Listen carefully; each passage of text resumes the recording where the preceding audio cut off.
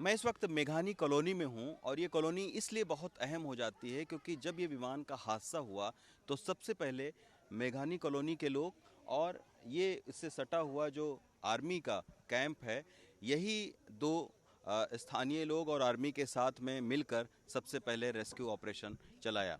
हमारे साथ में रेखा जी हैं और मोहन जी हैं। मोहन जी वो शख्स हैं जिन्होंने 5 MBBS के छात्रों को तुरंत हॉस्पिटल पहुंचाया। रेखा जी यहाँ पर इनका घर है। आपने रेखा जी क्या देखा उस वक्त? सर उस वक्त मैं घर में थी। मैंने देखा कि सर पूरा घर, पहले तो एकदम तेज़ से आवाज़ आई, मतलब क्रैश हो रहा था इसलिए बहुत तेज़ आवाज़ आया। तो फिर पहले तो समझ में नहीं आया कि क्या हो रहा है। पहले ऐसा लगा कि जैसे कि भूकंप आया हो। फिर जैसे ही हम बाहर निकले वैसे ही बॉम्ब ब्लास्ट की आवाज़ आई, मतलब प्लेन ब्लास्ट हुआ होगा। फिर ऊंची ऊंची धुआं, आगों की लपटें बहुत ऊंची ऊंची उड़ रही थी। फिर पहले हमने तो सोचा कि पाकिस्तानियों ने अटैक किया होगा। फिर बाद में मतलब जब देखने गए तब पता चला कि नहीं, ये पैसेंजर प्लेन है और क्रैश हुआ। घर भी ऐसे पूरा वाइब्रेंट हो रहा था, मानो कि भूकंप आया। चीज़ें हिल रही है, टेबल हिल रहा है, दरवाज़ा खिड़कियाँ सब हिल रही थी उस वक्त। तो पहले समझ में नहीं आया कि ये मतलब पाकिस्तानियों ने ये किया या क्रैश हुआ है।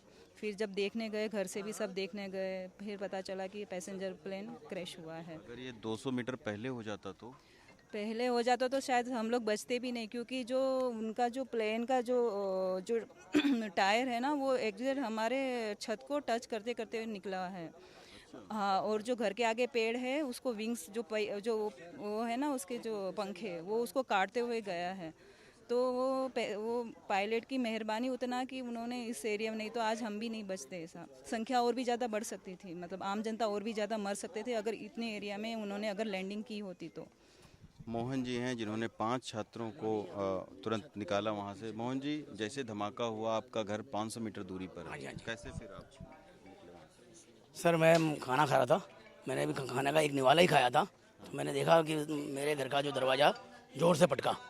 तो मुझे क्या लगा कि कहीं भूकंप तो नहीं या आंधी आई। तो मैंने इतनी ज़ोर से हवा आ रही थी, चल रहा था। तो जैसे मैं बाहर आके देखा तो पब्लिक चिल्ला रही थी, बोले प्लेन गिरा प्लेन। मैं फिर दौड़ के गया तो मैंने सामने देखा धुआं धुआं था, चारों तरफ आग लगी हुई थी। मैं वहाँ मैस में गया, देखा बच्चे चिल्ला रहे थे वहाँ पर, बोले बचाओ बचाओ। और वो फंस गए थे बेचारे, अंदर मलबे में दबे हुए थे। फिर हम लोगों ने, कमांडो है आर्मी के, वो आर्मी वाले भी थे और मेरे कुछ फ्रेंड भी थे, हम लोगों ने सब ने मिलकर उन बच्चों को उस मलबे से निकाला। और उनकी हालत बहुत बुरी थी। कोई के माथे में लगा तो कोई पाँव चलने की स्थिति थी नहीं। फिर हम लोगों ने उनको बेड में ले जाकर नीचे जाकर उनको एम्बुलेंस में बिठा दिया।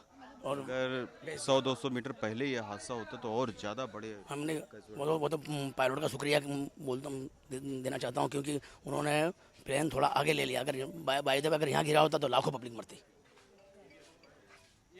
तो ये आप देख सकते हैं, ये मेघानी कॉलोनी है जिसके लोग अब पायलट का शुक्रिया अदा कर रहे हैं कि उन्होंने बिल्कुल वीरान जगह पर प्लेन को ले जाने की कोशिश की, लेकिन प्लेन ऊंचाई पर उड़ नहीं पाया। इसके वजह से इस तरीके का जो है हादसा है वो हो गया। एक बहुत ही बीभत्स हादसा है।